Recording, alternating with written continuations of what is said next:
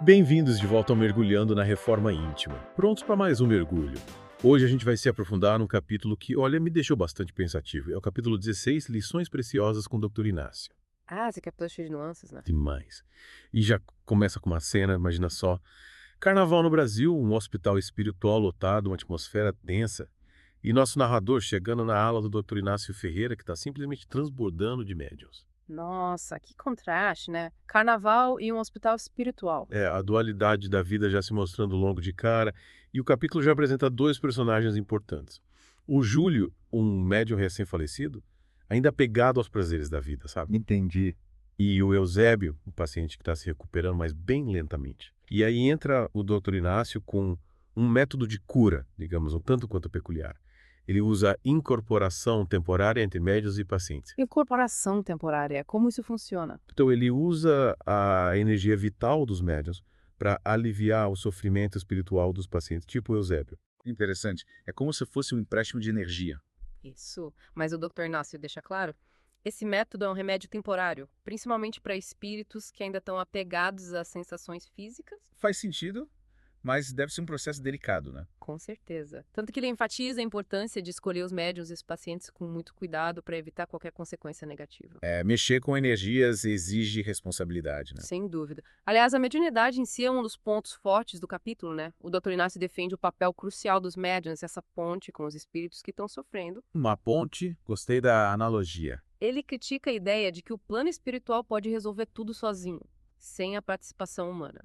É como se a gente tivesse um papel ativo na cura, mesmo no plano espiritual. Exatamente. Ele chega a dizer: pedir socorro não é vergonha para ninguém. É verdade.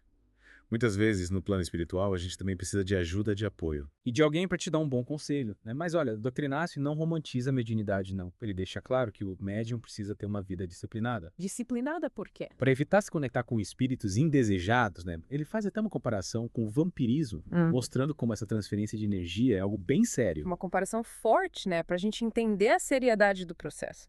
Afinal, o médium se torna um canal, né? E essa responsabilidade não pode ser levada na brincadeira. Ele usa a frase: a caridade bem aplicada é um bálsamo de virtudes, para ilustrar o cuidado que a gente precisa ter ao ajudar o próximo. Que frase linda. Realmente, a gente precisa ter discernimento ao ajudar, né? Pra não acabar piorando a situação. E aí ele introduz um conceito que eu achei simplesmente fascinante. A hibernação. Hibernação. De espíritos? Sim. Ele descreve espíritos que se esqueceram das experiências básicas humanas, ficando nesse estado de hibernação psíquica por milhares de anos. Nossa, que interessante. Nunca tinha pensado nisso. Pois é. E ele sugere que essa é uma área pouco explorada no trabalho espiritual, né? Que exige técnicas e conhecimentos específicos. O que você acha disso? Acho que nos mostra a complexidade da vida espiritual, né? As diferentes fases, os desafios. É um universo vasto pra gente explorar. Com certeza. E aí entramos nos riscos e recompensas do próprio método de incorporação, né? O Dr. Inácio já alerta. Existe o risco de obsessão por parte dos médiuns. Obsessão? Como assim? Principalmente aqueles que não se purificaram tanto fisicamente quanto emocionalmente. Entendi. É como se a gente precisasse estar preparado, né? Limpo, para poder lidar com essas energias mais densas. Exatamente. Purificar as intenções, ter esse desejo genuíno de ajudar. Ele afirma que os médiuns que levam a vida disciplinada podem ser canais de energia superior, inspirando mudanças positivas. Mas o risco de envolvimento pessoal, de se perder no processo, é real. A gente precisa ter cuidado para não se deixar levar pelas emoções, né? Manter o equilíbrio, o foco no bem do outro. É isso. A ênfase no trabalho interno do médium é fundamental. Não só técnica, mas o estado de ser do próprio médium. Tem uma frase do capítulo que eu achei incrível: quem não se corrige, a si mesmo se prejudica. Nossa, é verdade. É um lembrete poderoso para a gente olhar para dentro, né? Buscar o autoconhecimento, a reforma íntima. Sem dúvida. E aí chegamos às considerações finais do Dr. Inácio, que são, digamos, impactantes. Ele pede um debate aberto, uma mudança de perspectiva na comunidade espírita. Mudança em relação a quê? As realidades do pós-morte. Ele enfatiza a importância da iluminação interior, da autotransformação, como complemento ao conhecimento exterior. É como se a gente precisasse ir além da teoria, né? Integrar o conhecimento na prática, na vida. Exatamente. Ele nos desafia a ir além da compreensão intelectual e abraçar o potencial da prática espiritual. Ele fala da seriedade do papel do médium, da importância de desempenhá-lo com consciência e dedicação. E aí, você achou até aqui. Nossa, muita coisa para digerir, né? Mas o que me chamou a atenção foi essa ênfase na responsabilidade do médium. Verdade. E na importância do autoconhecimento, né? Sim. É como se a gente precisasse estar em constante desenvolvimento, buscando sempre melhorar, se purificar para poder ajudar o próximo da melhor forma possível. E sem se perder no processo, né? Manter o foco na reforma íntima. Mas, e aí o que mais te tocou nesse capítulo? Ah, tem tanta coisa. Acho que a gente precisa se aprofundar um pouco mais. O que você acha? Concordo, tem muito pano pra manga ainda. E por falar em reforma íntima? É como se ele abrisse uma porta para a gente repensar o que a gente sabe, né? Sobre a vida depois da morte, digo. E além das teorias, buscar uma compreensão mais real, mais profunda. E com uma pitada de humor, né? Aquela parte dos espíritos querendo um lenço e um ombro pra chorar me fez rir, mas também me fez pensar. É como se ele dissesse, olha, a evolução espiritual não é fácil, nem aqui nem no além. Exato. E o humor quebra um pouco a seriedade do tema, sem perder a profundidade. Dá uma leveza, né? Total. E a descrição dos desafios dos médiums. Nossa, fiquei impressionado que prestar atenção até na hora de comer, beber, ter relações, me fez pensar na conexão forte entre o corpo e o espírito.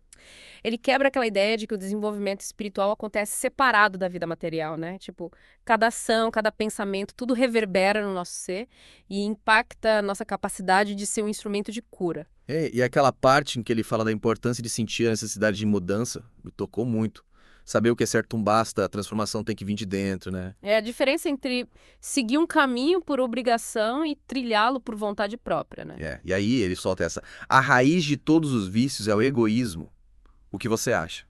Nossa, é uma frase que faz a gente parar para pensar, né? Olhar para dentro e questionar as motivações por trás das nossas ações, até aquelas que a gente acha inofensivas. Será que a gente age por necessidade ou só para satisfazer os nossos desejos? É um convite à autoanálise, né? De te mergulhar nos nossos impulsos, entender o que está por trás de cada escolha. Afinal, o autoconhecimento é a chave para a reforma íntima. E essa busca pelo autoconhecimento se conecta com a autopurificação dos médiuns, né? Quando a gente lida com a raiz do apego, que é o egoísmo, a gente abre espaço para compaixão, para serviço ao próximo. Que é como se a gente limpasse o terreno para poder plantar coisas boas, né? E aí a gente volta para as palavras do Dr. Inácio, quando ele fala da importância da iluminação interior.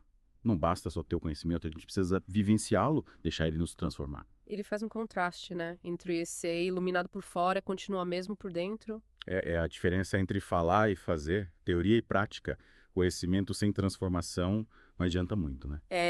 E o Dr. Inácio desafia a comunidade espírita a ir além das crenças, a confrontar as realidades do pós-morte. É um chamado para a honestidade, né? Para lidar com a complexidade da experiência espiritual sem medo de questionar o que a gente acredita. É sobre estar aberto ao novo, né?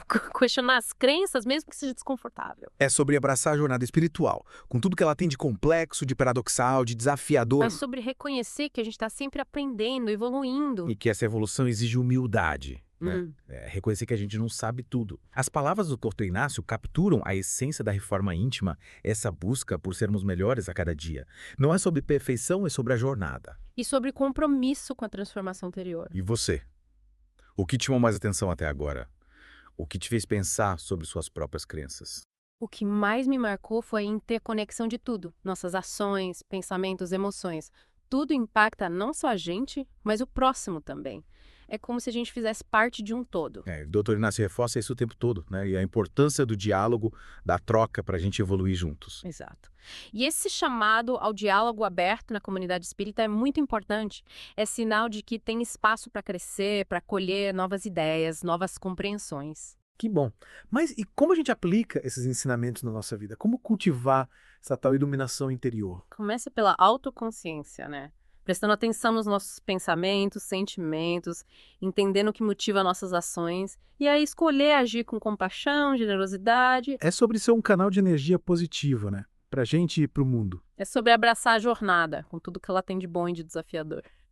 Nossa, esse mergulho deu o que pensar, né? Mas antes de terminar, queria compartilhar uma última reflexão. É verdade, né? A gente falou sobre os médiuns, os desafios, as questões éticas, mas tem um elemento que, mesmo sem ser citado diretamente, está presente o tempo todo. Qual? É o amor. Ele não aparece explicitamente no capítulo, mas a gente sente a presença dele. Ah, sim. Entendi o que isso quer dizer. No jeito do Dr. Inácio de cuidar dos pacientes, na compaixão, na dedicação e nos médiuns também, né? Se doando para ajudar, mesmo com todos os riscos. Exatamente. É como se amor fosse o motor de tudo, sabe? A disciplina, a purificação das intenções, o desejo de ser melhor. Tudo parece emanar dessa fonte de amor. Que bonito. E talvez essa seja a grande lição, né? A cura verdadeira, o crescimento espiritual, o serviço ao próximo, tudo flui do amor. É a força que nos conecta, né? Tanto do plano físico quanto no espiritual. E nos lembra que, mesmo com as dificuldades, o amor é a força mais poderosa para a transformação. E é a chave para a gente se conectar com o nosso potencial, né? E para fazer diferença no mundo. É isso. E aí, para a gente encerrar esse mergulho no capítulo 16, fica a reflexão.